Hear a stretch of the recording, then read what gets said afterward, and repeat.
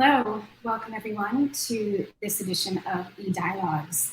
We are very excited about the conversation we're going to have today, so thank you all for joining. My name is Sarah Channon. I'm Commercial Director with Energy Dialogues.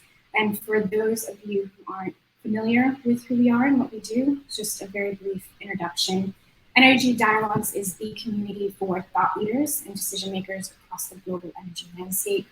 We bring together a diverse group of people from every area of the energy ecosystem to share diverse perspectives, collaboration, and dialogue to really move the industry forward in a positive way. As I said, we're really excited about today's session. I need to say a very big thank you to our sponsor who's made this dialogue possible, Baker Botts. And of course, a big thank you to our panelists who've taken the time to share their expertise with us today, and you'll be introduced to them in just a minute. Before I hand off, just a few housekeeping bits. We do have a chat function that's available to everyone. I'm sure there's going to be lots of questions and comments about today's discussion, so very much encourage you to use that. Pop your question in there, along with your name and your company name, and our moderator will do his best to get to all the questions today. Additionally, this session is going to be recorded, so it is available on demand following the broadcast on our membership platform, Energy Dialogues Collaborative, which also hosts a huge repository of other invaluable content. So if you're not a member of the collaborative, please do get in touch. We would love to chat to you about that. But I'm going to hand over to our moderator, Jason Bennett from Baker Botts, to kick off today's session, Natural Gas, the Ultimate Crossroad Challenge. So over to you, Jason. Thank you, Sarah, and thanks everyone for joining us here. We're delighted to sponsor this discussion. As all of you know, Baker Botts, our firm focuses a lot on LNG. I personally focus a lot on LNG, and it could not be a more interesting market in the last 6 months, really the last year, but certainly the last 6 months. We have a wonderful group of people to have this discussion today. Kevin Book, from Managing Director of Clearview Energy Partners, Renee Perrong, Director of Research and Analytics at Tellurian, and Gabe Collins, who's a Fellow Energy and Environmental Regulatory Affairs at Rice's Baker Institute for Public Policy. I'm sure they're all sort of well known to you. We're going to kick off with a few sort of opening remarks, some topics we're going to cover. But as with all these e-dialogue series, the whole point of this is to have some discussion. And so would encourage you to pop in some questions. I know a lot of you are in the LNG market, and so we're around it. Watching it is a very important part of energy policy right now. So please share your thoughts, share your questions. I think for those of you around the market, for any period of time, you can remember that, from 2014, 2015, choose your date, until, 2020, the market was sort of just moving along. There was what is viewed widely as a, quote, glut of LNG, although I think Gabe would probably tell you that's not ever really true. It's just different prices and different demand points. But there was certainly an overhang in the market about how fast you should develop liquefaction and when it would be necessary. I think everyone believed that demand would grow to a point that the market would continue growing for the foreseeable future. But there were certainly overhangs against that. Not only were there a large number of projects coming online, bringing LNG to the market that, comes on in lumps, demand grows sort of in a more linear fashion. And so the market was absorbing LNG, growing markets for it. But I think also there began this question of what is the role of gas, and does gas really have a future in a decarbonized world, and what is that future, and how large is the future? And it coincided with a sort of a drop in investment in upstream oil and gas globally. And then 2020 came, and obviously you had a real demand shortfall and real uncertainty about when that demand would return. And I think it's fair to say that's been lumpy ever since. And then Ukraine.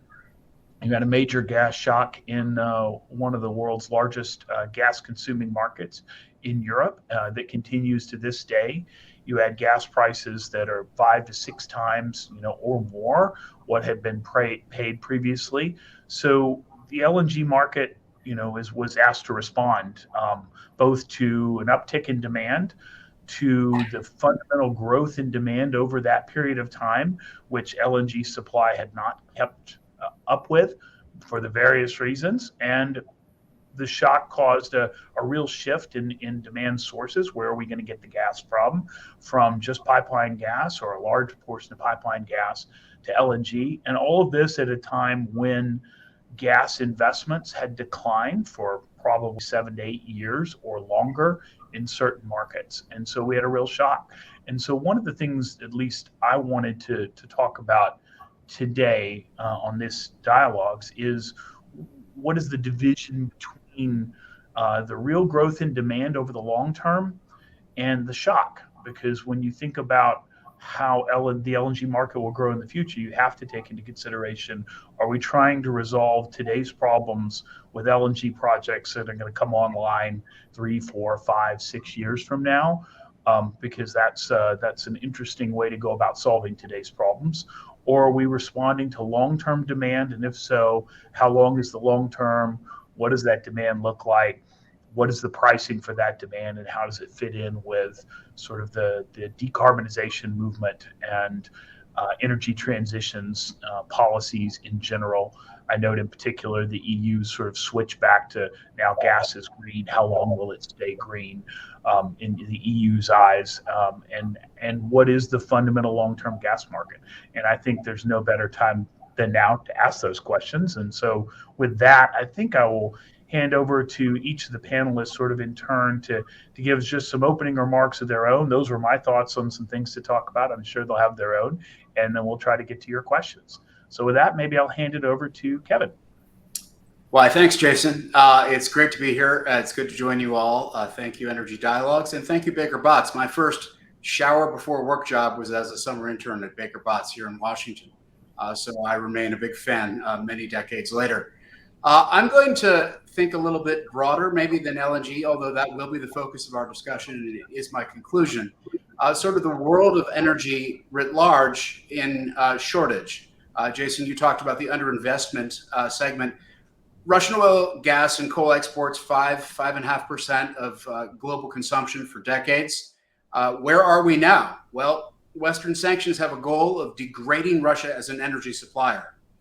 That's an interesting proposition, because if it succeeds, we're looking at potentially sustained shortage of energy. We're at a point where Nord Stream 1, I'm sure we'll talk about this more, turning back on at 40%, maybe only till the end of the month. I don't know. I haven't checked my email in the last 5 minutes, so that could change. But if you ask where are we in sort of the pool of energy, looking on a global consumption basis against calendar 21, we're estimating that now or imminently, with the coal ban in Europe, about 0.7% of global consumption is offline from sanctions, self-sanctioning, and Russian curtailment.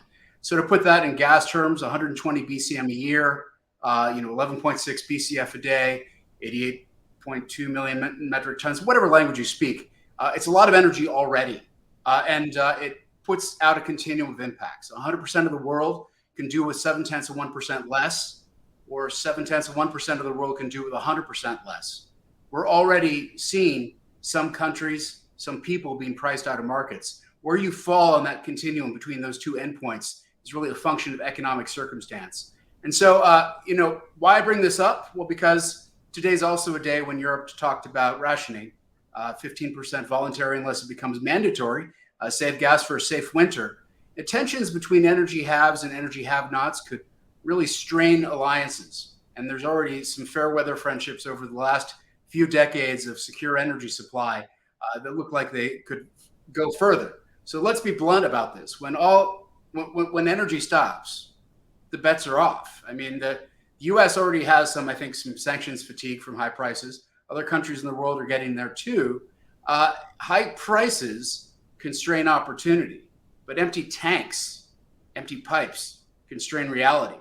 And so if Russia's goal is annexation or substantial control of Ukraine, its problem is Western unity. And if they're going to win on the ground in Ukraine, they may need to win first on the grid in Europe. So that's where we find ourselves today, July 20th, 2022. I think it's safe to say that the cargoes that can move on the open sea have been the headline of the energy shortage story because of the energy war in Europe so far. So I think that really makes this discussion extremely timely. Thanks again for having me. I look forward to what we talk about next.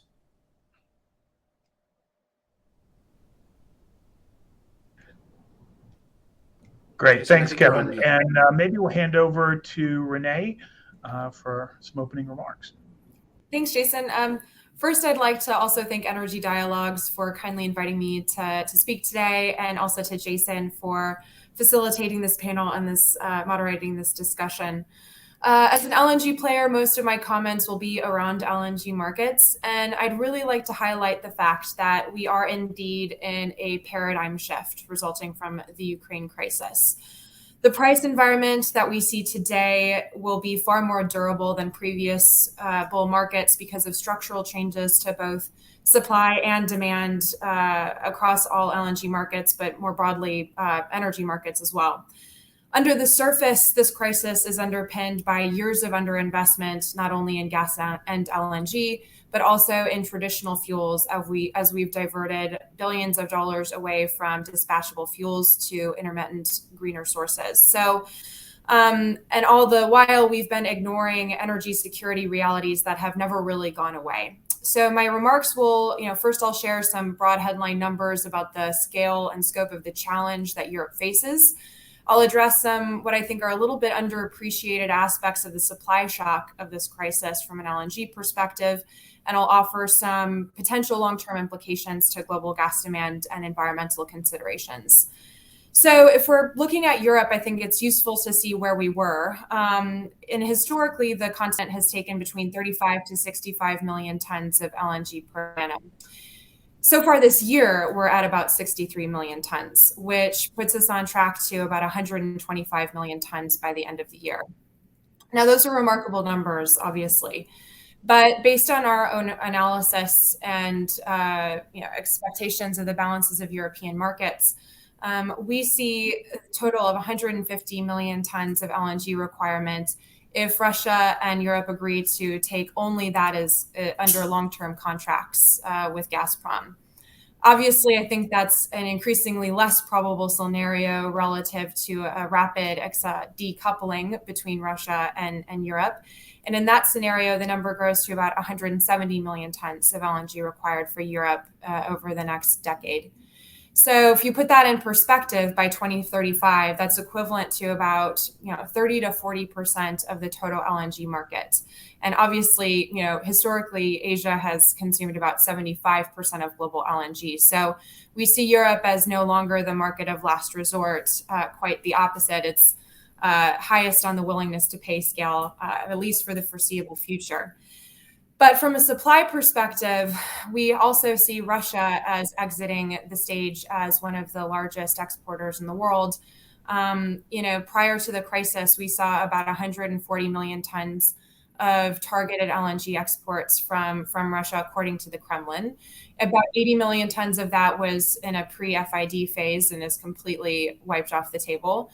But you also see about 30 million tons of projects already under construction that are increasingly unlikely to come forward at all or will experience severe delays, and 30 million tons of existing projects that have no longer the same Western partnerships in terms of software, equipment, and investment that are required to maintain reliability of those projects over the long term. So we've had a huge demand shock. We've had a huge supply shock coming from Russia. What does that mean for the long-term market? Well, unfortunately, I think it means that we might have, some demand destruction. I think Kevin highlighted that in his opening remarks, particularly in Asia and emerging Asia. I think it's ironic and a little bit sad that Europe, which has been to some degree lecturing the rest of the world against investing in gas, is now diverting LNG away from the markets that needed it the most in the midst of this crisis to shore up its own supply. And unfortunately, if that trend persists, I think we will continue to see many countries return back to coal. And we're already seeing that happening in Europe, right?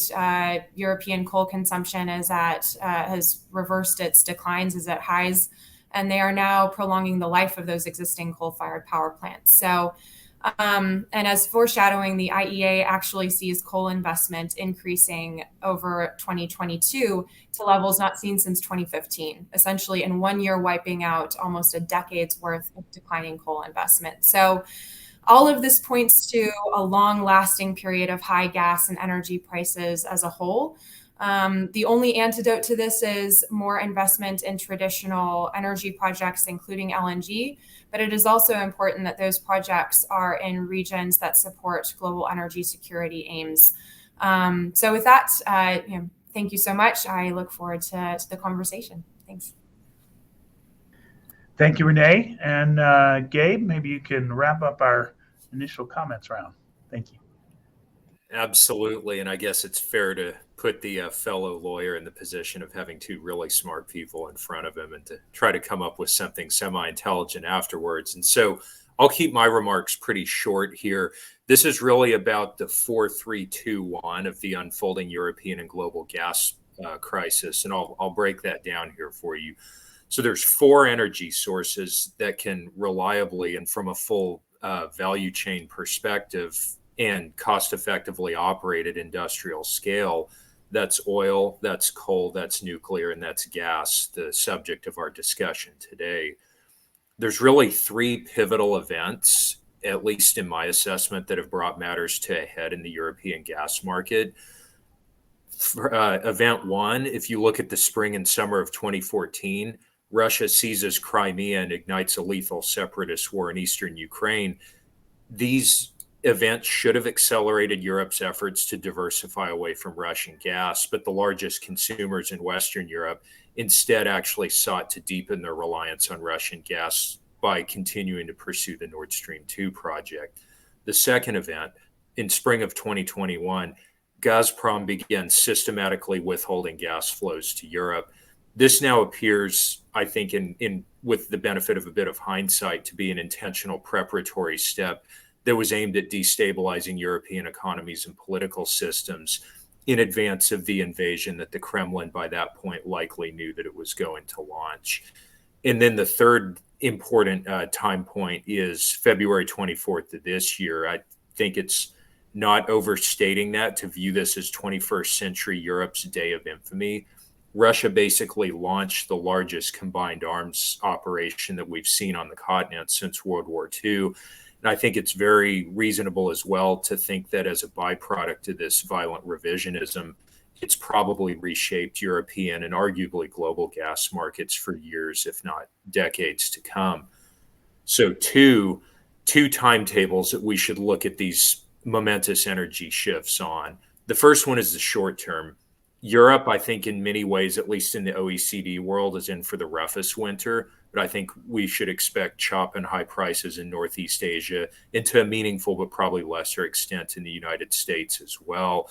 The non-OECD world, as both Kevin and Renee have made clear in their remarks, faces potentially a much more dire outlook. It's not simply having to pay more, but still being able to have your heat and have your lights on and so forth. It is much more likely to be a situation for hundreds of millions around the world to actually be priced out of these markets with the attendant consequences that come with that. And then the next time frame we look at is the beyond 12 months. And this is the one I think in which there is potential for real structural changes in a positive way if there's the political will to take the decisions that can signal to producers that gas is in fact a high value energy transition fuel, and that it's going to be needed for a long enough time frame, probably over 20 years, to that would support the capital investments needed to bring additional supplies to market. And I think also we have to look at the software of market design and function, but we cannot overlook the hardware of pipes and liquefaction facilities and some of the connective infrastructure that enhances fungibility in Europe and also other markets, so that coercion, such as what we've seen from Russia, is more difficult for somebody to do. It's really fungibility and flexibility are key. Final point, one global gas market. Europe is not the Las Vegas of gas markets. What happens there doesn't stay there. I think multiple parts of the world, and this includes both the industrialized world and I think also some of the industrializing non-OECD countries, there's going to be very consequential decisions. Some are already being made now, and there'll be more made in the next 6 to 24 months, that to really put things in blunt terms, if there's not an expectation of abundant and affordable and secure gas supplies at some point reasonably near in the future, we're likely to see additional coal lock in. And coal lock in this case, it's not just what we're seeing in Europe, where you extend the life of an existing plant that you still plan to shut down probably after the crisis passes, whenever that is. We're talking investments being made in China and India and Southeast Asia, where if a new coal plant that was on the fence today is brought online tomorrow, it's likely to be slated to run for 40 or 50 years with the emissions lock-in that goes with that. And so there's really a lot at stake here, and gas is right at the center of that conversation. Wow. There's a lot in all three of those opening remarks to really cover on the idea of an energy war. I definitely want to get to, but I think for the LNG fundamentals, for those who are thinking about them, maybe I'd like to kind of start there. You mentioned it, Renee mentioned it.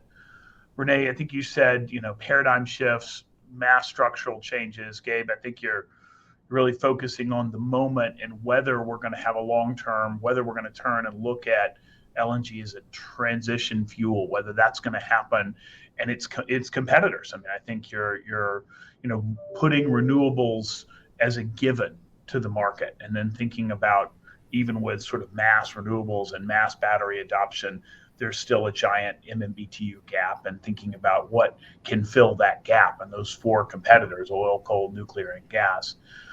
Maybe we can start there. My question to the group really is, how do we look at the sudden demand increases? Was it a building demand increase that was coming anyway, underinvestment, a holding down of investment due to decarbonization policy? Is this all shock? Is it some of both?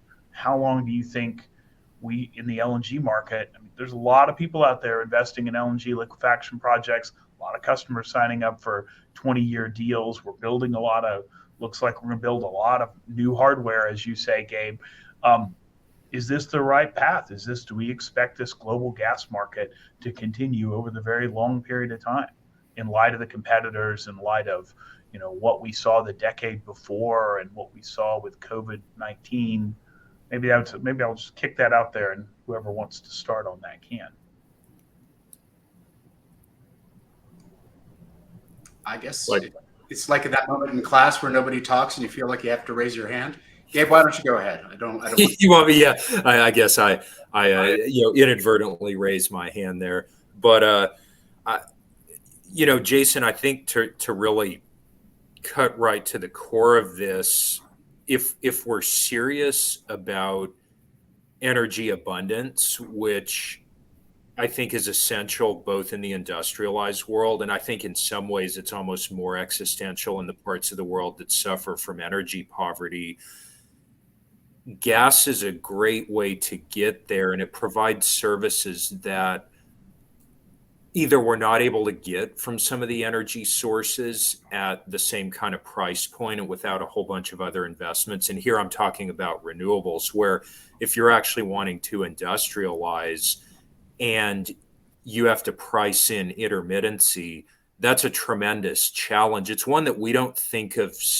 I don't think we think about it so much here in the United States, because one of the things that really facilitated our renewables boom over the last decade was actually cheap gas, and the fact that we already had a multi-trillion-dollar installed base of gas power plants and other sources that were effectively able to act as a thermochemical battery and compensate for intermittency, albeit at an economic cost level that I think isn't fully appreciated. That economic cost would manifest right away if you're in a developing world context. And so there's that dimension. And then I think that the second dimension of this, and what really has to frame a lot of this conversation, is if we're looking per million BTU, gas has about half the carbon intensity of coal, and you don't have all the other toxics, things like mercury, some of the radioactive elements, heavy metals. You don't have the particulate emissions problems. And so, is gas perfect? No. Does it still have carbon? Yes. That's part of what makes it a great energy carrier. But is it worlds better than coal? Absolutely. And I think we don't want to let a hypothetical perfect or a perfect that can't be scaled on a reasonable time frame be the enemy of something that's imperfect but would deliver so much human betterment when properly deployed. Maybe I'll just amplify the point Gabe made. It's so easy to overlook. A world of plenty made a lot of plans look easy. They get a lot harder in a world of scarcity. And so, the transition brought to you by Russian gas is probably not a bumper sticker you'll see in Brussels, but the reality is coming home. And in many ways, actually, the climate discussion here in the United States, not necessarily a gas-empowered discussion, but low gasoline prices made it a lot easier to talk about ambitious transition. There are other ways to balance. In the long horizon that we're talking about, 15 or 20-year bridge is also a bridge long enough to allow the evolution and deployment of small modular reactors. The theory of the case, of course, is that we get it done in the US, we export it to the world, and now we have energy security, climate security, and American commerce, as well as platform compatibility in a bifurcated world. But there's other pathways to that outcome too. I wouldn't discount it. This is not a fusion argument. This is not a cellulosic ethanol argument. This is a technology that could really be here in 15 years argument. But again, that looks like a long-term solution, right? I mean, we have a huge short-term problem. We got a lot of long-term solutions. It looks like crank up the coal appears to be the short-term solution. I don't know, Renee, go ahead. Sorry. No, that actually dovetails really nicely into some of the comments that I was going to share. As I was listening to Gabe and Kevin, one of the thoughts that came to mind was the trajectory of investment. I talked a little bit in my opening remarks about coal, but the IEA also has some really interesting numbers on the trajectory of gas versus renewables. So if you look from 2015 to 2022, investment in renewables has grown about 5% per annum. So this year we're expected to invest about $500 billion in wind and solar generation.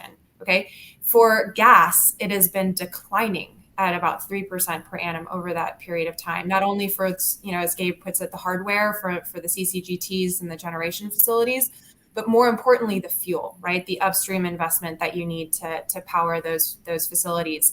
And at the same time, you've been, let's take the United States, for example, you've been retiring a lot of coal-fired power plants. You've been doing the same thing in Europe, and that's really impactful from an emissions perspective. What it also does is it increases the inelasticity of natural gas.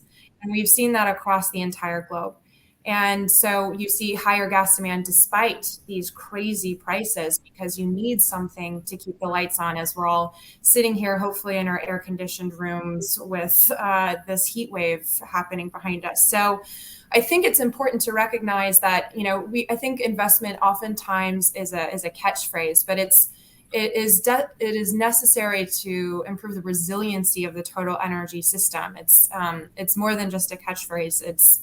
I think we're all living that reality right now, and reality bites, and a lot of people have bite marks. So. Well, I think certainly in Europe right now, you're feeling it the most, but it's really the absence of enough MMBTUs, which I think with enough FSRU capacity, you can manage, within a reasonably short period of time, getting more gas to Europe. And I think they're all about that. Everyone's moving with great rapidity towards that solution. Over the long run, do you think Europe is going to remain, assuming that the crisis doesn't, neither becomes worse, but, ameliorates over the next 5 years, let's say, and the gas market adapts? to this, which the energy markets always manage to do. Is Europe going to be comfortable with gas over 20 years? And just as a question, as a political matter, do you think that this love affair will continue with gas? Jason, if I could, the issue we were looking at before the Russian invasion was something like Nord Stream 2, which was but looked to be a long-lived investment with significant endurance. Never mind the transition discussion in the foreground. I think there was always going to be a fairly strong gas commitment in Europe. But one of the things that, in particular, the national security case for transition has grown stronger, right? The idea of endogenous electrification to de-risk against the globally priced hydrocarbon markets for variable cost. That case is getting, I think, a little bit stronger. The problem is that the solutions that they were talking about is also introducing fixed cost risk, which is the transition metals and minerals you would need to be able to do that. And, that might have been a 10 or 15-year plan as well. It's not a tomorrow plan. And I think about the energy intensity numbers in two ways. When usually they're sort of a measure of efficiency. A lower energy intensity of GDP is kind of a good thing. But the other way to think about it is that a higher energy intensity or the growth of energy intensity is a vulnerability. You need that energy to get your GDP out there. And so if you look at sort of global energy intensity of GDP, it fell by 92 basis points over the 5 years through 2021. And the gas intensity of GDP, using BP's stat review numbers, so public numbers, up 26 basis points. In Europe, the energy intensity of GDP fell by 173 basis points.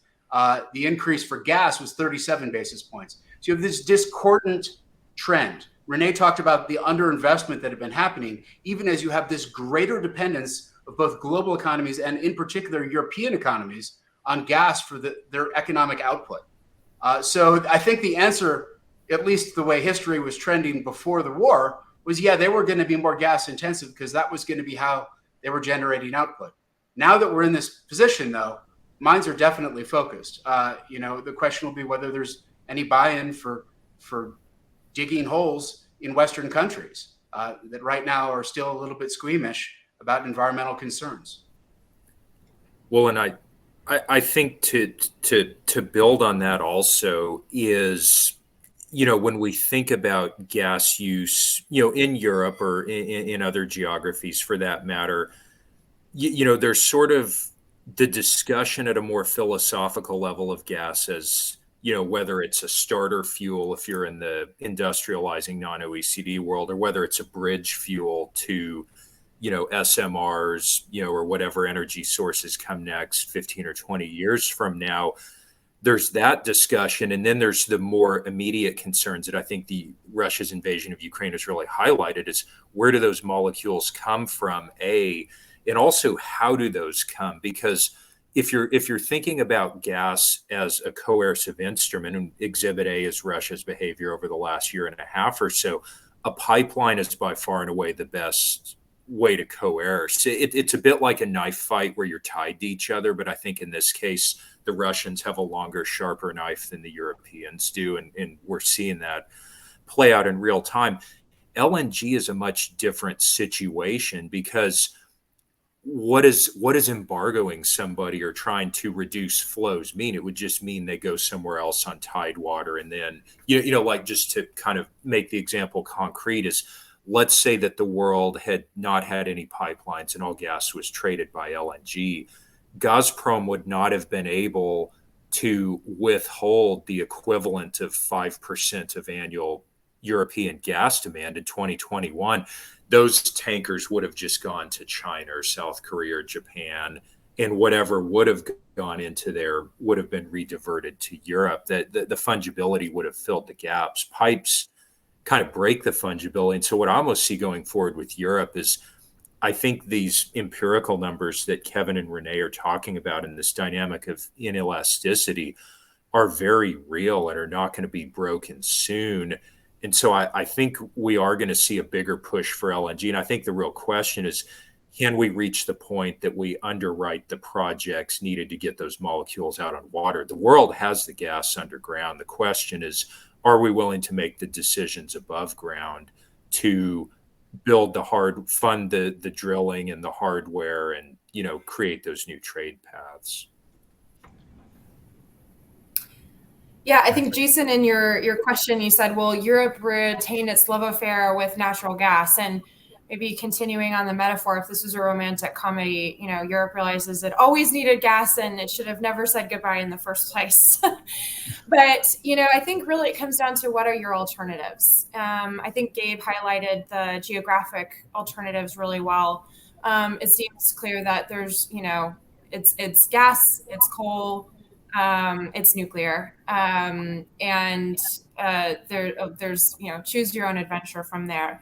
But I think I hope in one sense maybe this crisis imbues a sense of reality into the conversation around hydrogen. I think there's been a lot of people saying that hydrogen is sort of the next big hope for decarbonization. And a couple of thoughts around that. Today in the Wall Street Journal, there was an article actually from the Environmental Defense Fund talking about the challenges of hydrogen leakage from an environmental standpoint as a potent greenhouse gas. And then second, if we're talking about energy crisis, going full tilt into renewables and then into hydrogen, I'll take renewables first.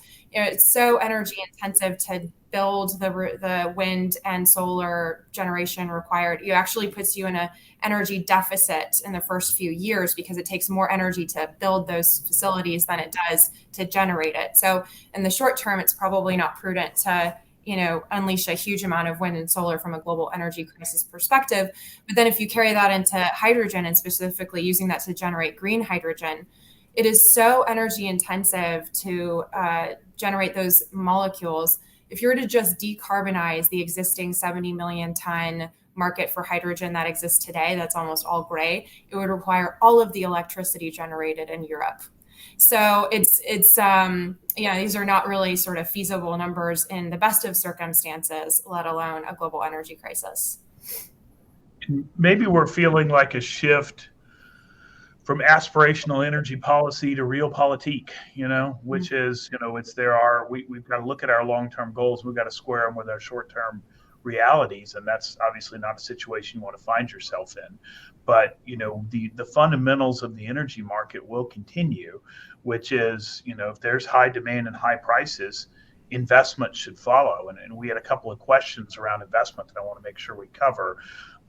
There was a, question around the drastic shift in hydrocarbon investment by pensions, banks, everyone else. Is that going to reverse? We had another question that was related that said, is the oil and gas industry really blaming the lack of investment in fossil fuels on climate policies, especially the push for renewables? I think both of them are really interesting questions from my perspective. I am 100% certain there was less investment, at least, let's say, from 2024. There's been a major reduction in investment in fossil fuel companies because of climate policy. There's no doubt to my mind.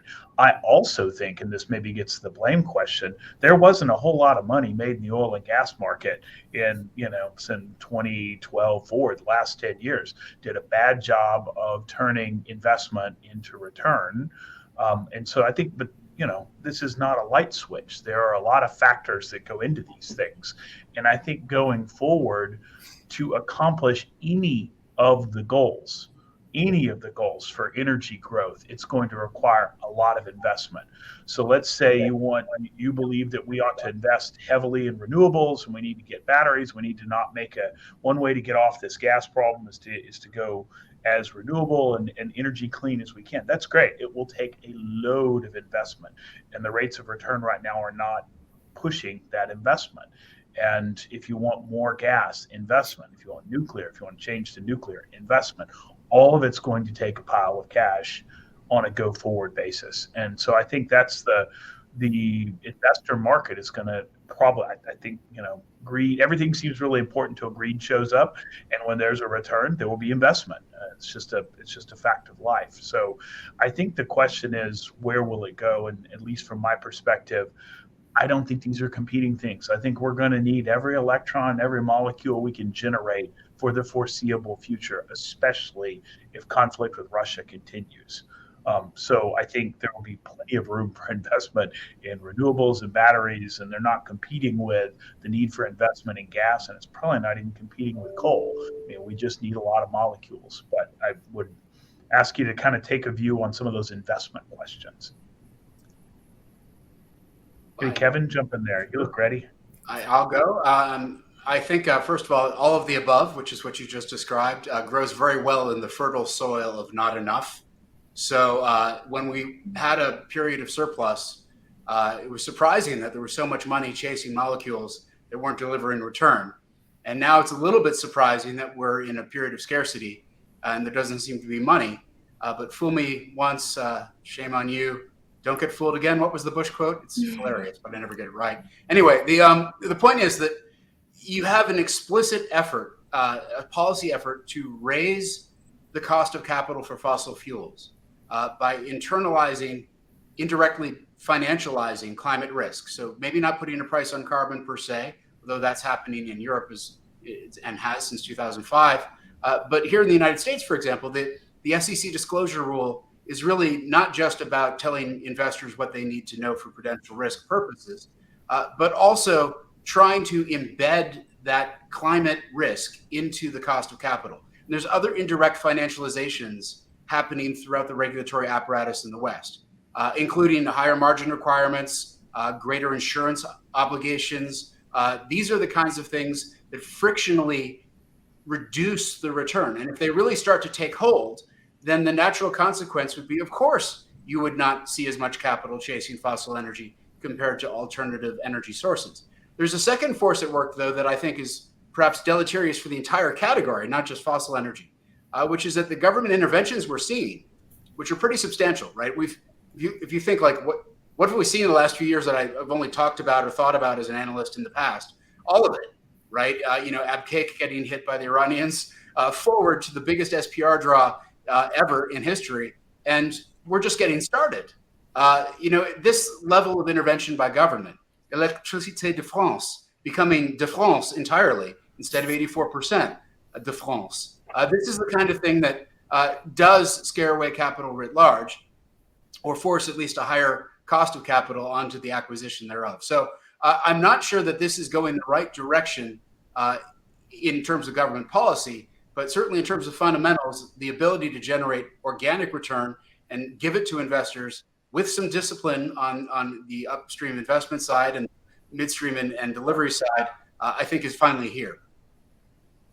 I think a lot of these, when we're looking at some of these SEC requirements, frankly, when we look at a lot of these, ESG issues writ large, I don't think it's overstating it to basically classify these things as a shadow carbon tax, but it operates in a very deleterious way because it's distortionary, because simultaneous with the taxation, you have this pick and choose by decree dimension, sort of what Kevin's, I think, referring to there when you think about some of the ways that government's involved. And when you think about truly framing the investment discussion, and I know this is probably a political third rail, at least within the United States, especially right now, but really thinking about how we price carbon and not so much, constantly using the ugly word tax, but thinking of it as a carbon fee and really thinking of it as something that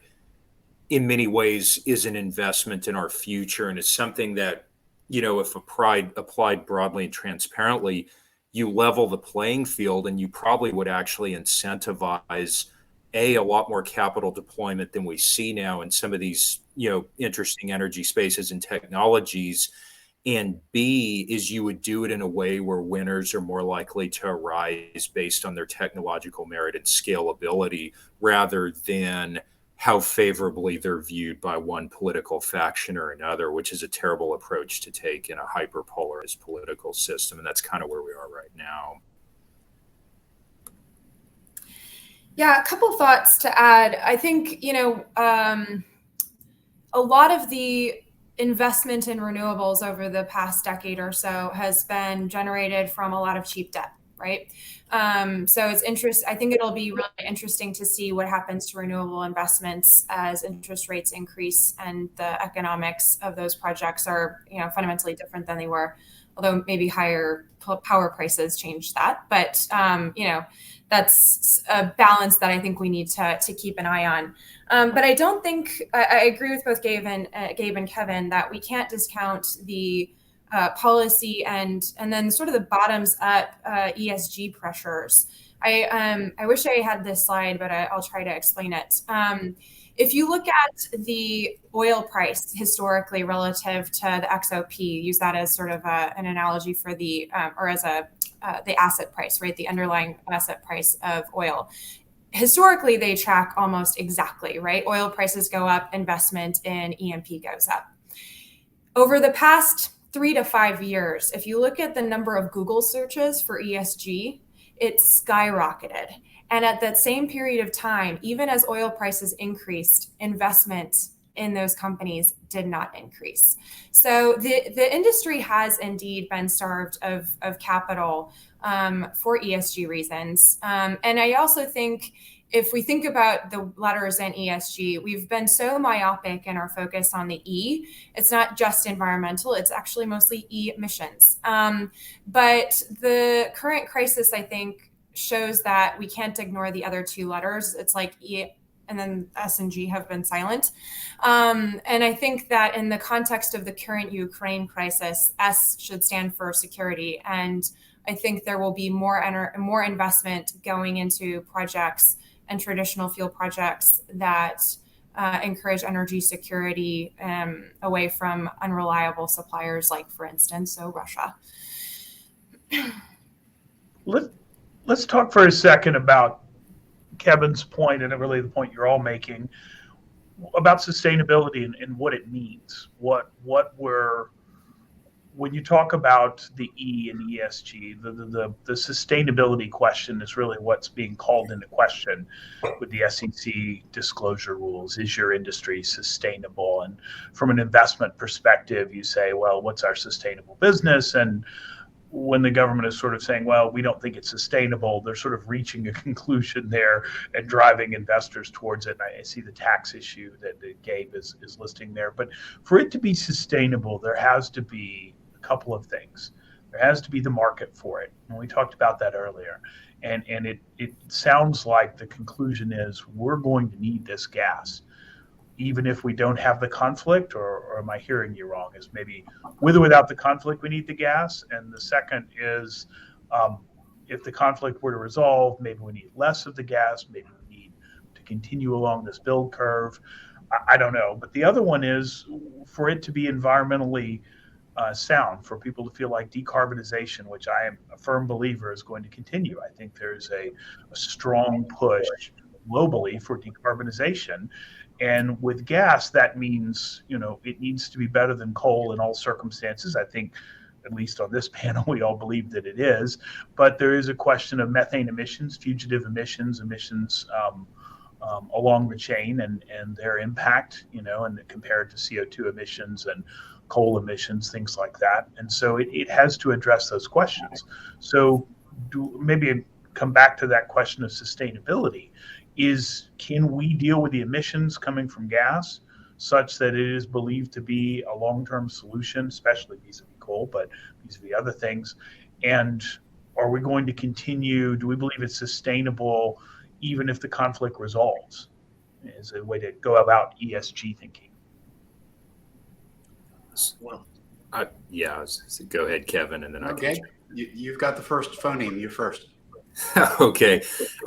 I think a critical concept to remember here is to be sustainable, you have to be scalable. If you're not scalable, it's just a virtue signaling exercise. It's sort of, if I drive a Prius and everybody else has an F-250 that around me that can roll coal, I may feel superior to them in some way, but I'm not really making a positive difference in what our air quality looks like in the area. If you had everybody driving some sort of vehicle that is in between, but better than a smoke belching baseline, then you're already on the road to sustainability, even if you're not fully there yet. And I think that's probably how we have to think of gas. I think in terms of, how sustainability interfaces with the increasingly conflictual international political environment, it's extremely challenging because even if politicians don't want to say it, security will always trump sustainability if there's any daylight between them. If they happen to be one and the same, it'll be embraced. For instance, if you're already in a gas-rich country like ours here in the United States, then you can hug that gas molecule more closely and say, we're being sustainable. But the real reason also is that it's something that increases your security. If you're in the shoes of a decision maker in, say, China, where you already import about 40% of your gas, and a decent chunk of that either comes from Russia, from states in Central Asia influenced by Russia, or by sea and could potentially be interdicted by the US Navy if there was a conflict, for you, security and sustainability may start to have a divergence. I think that's why we see the continued adherence to coal. So it's going to be a different conversation in different parts of the world. And the problem is the three single nation state entities and polities that really drive global energy consumption, which is People's Republic of China, the United States, and India. There's very divergent perspectives on this, and decisions taken there are going to influence what everyone else does, including in Europe. Jason, I just want to take a moment to observe the colorful conversation from my fellow panelists has me giggling like a 6-year-old, from bite marks to rolling coal. It's hard to keep a straight face during this, and I'm really glad to be sharing a panel with two people who know so much and say it so well. The question I think you're asking about methane and where that fits into the E that Renee really said was the emissions E inside of environmental is a serious question. But here's where I think we should think about transition in terms of how you're actually going to do it. And backwards and forwards compatibility are a big part of that.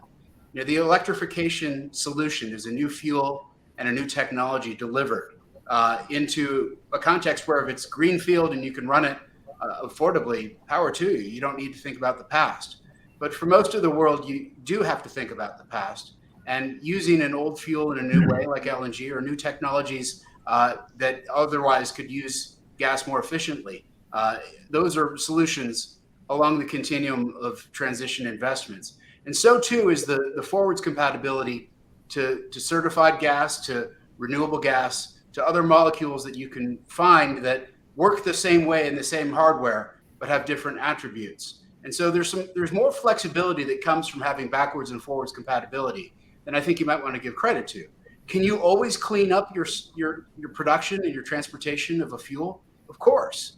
The question, I think, as Gabe framed it, is the price. What's your baseline you're comparing it to in terms of an economic sense? And Jason, you brought this up too. And the easy answer is, well, at today's prices, it should be simple. Today's cost of energy, there's room to clean this stuff up and make it work. The question is, what happens at $3 per million BTU? What happens then? The argument, the environmental argument is, well, none of what you're getting right now is free. We hear this from the environmental left all the time. We should be charging a high price on carbon because there's lots of cost embedded in the current situation.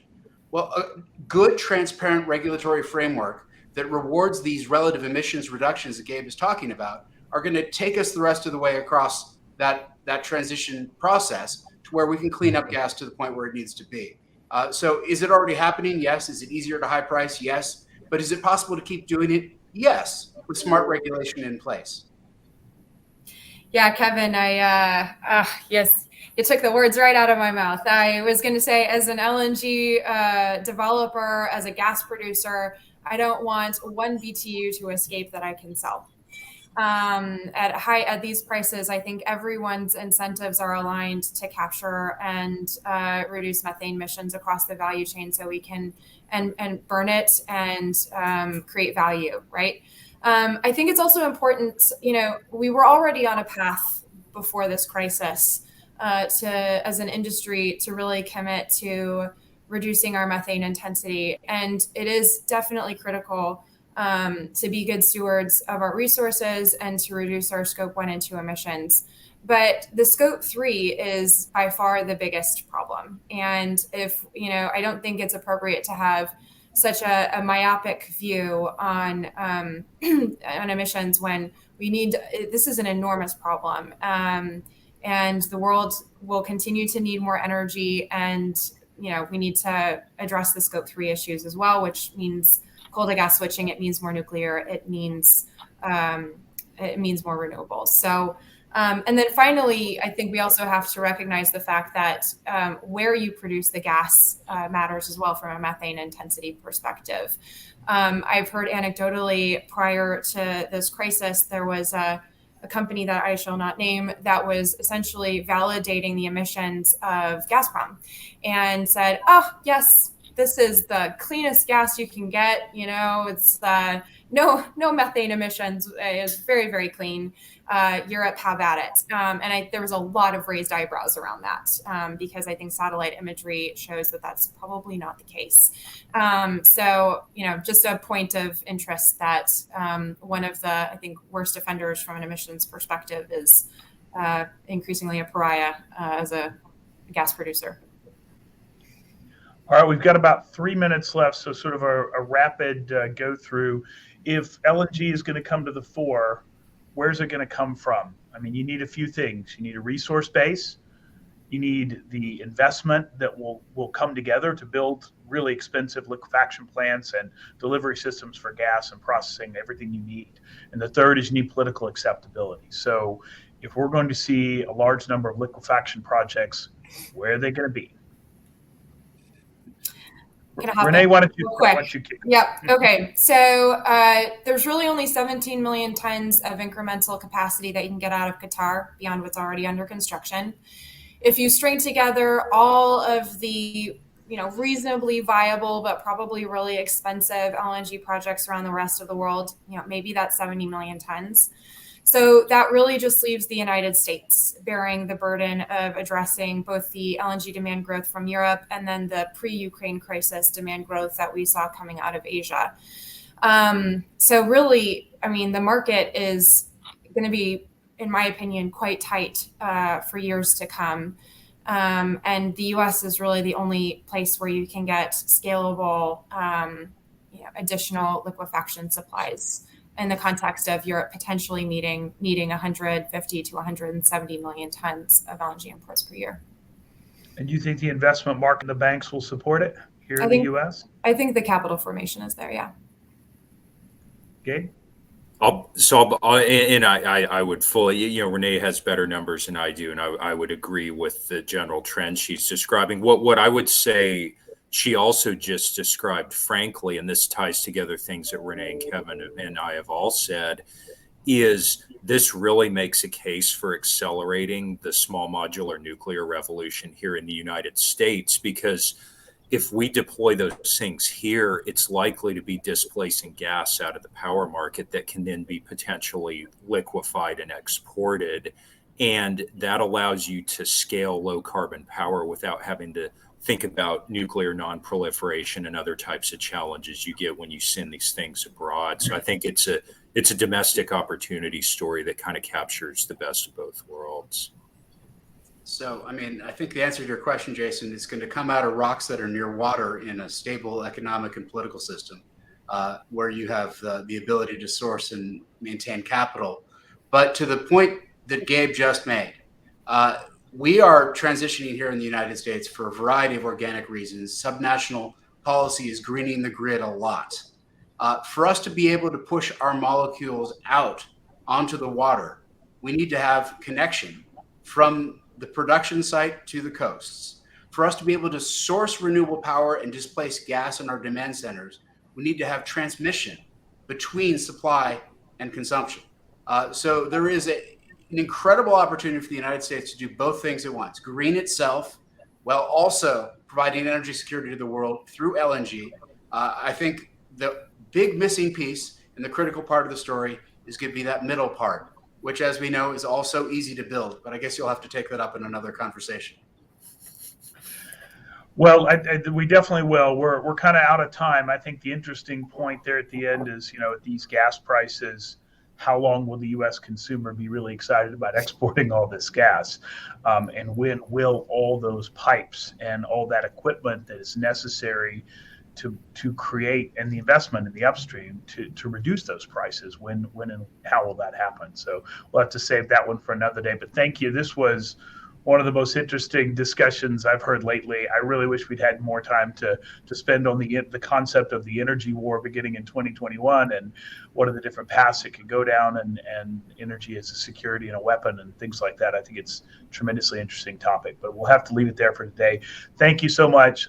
Thank you so much, Energy Dialogues, for putting this on and for hosting us. And we'll see you all next time. Thanks. Thanks, Jason. What a great conversation. Really appreciate all the insights as well as the amusing analogies along the way. We're going to be continuing with this conversation as well as ones like it in the future Energy Dialogues initiatives that we have coming up. So we have the next edition of eDialogues taking place on August 9th, and that is in collaboration with the AGA. And it's free to register for, so I recommend everyone getting on and registering for that. We then have our second annual Permian Energy Dialogues in September, back in Midland, Texas. We have our next edition of the C-Series event, New York Energy Dialogues, in collaboration with NYU, where we'll be diving into ESG and investment, something that was obviously touched on today. And then wrapping up the year with, of course, the North American Gas Forum back in DC. So really hope to see all of you there at the future events and meeting you guys in person. Thank you again to all our panelists, Gabe, Kevin, Jason, Renee. Really appreciate, again, your time and your expertise. Thank you to Baker Bots, and thank you to everyone who tuned in. And that's a wrap from us. Take care. See you soon.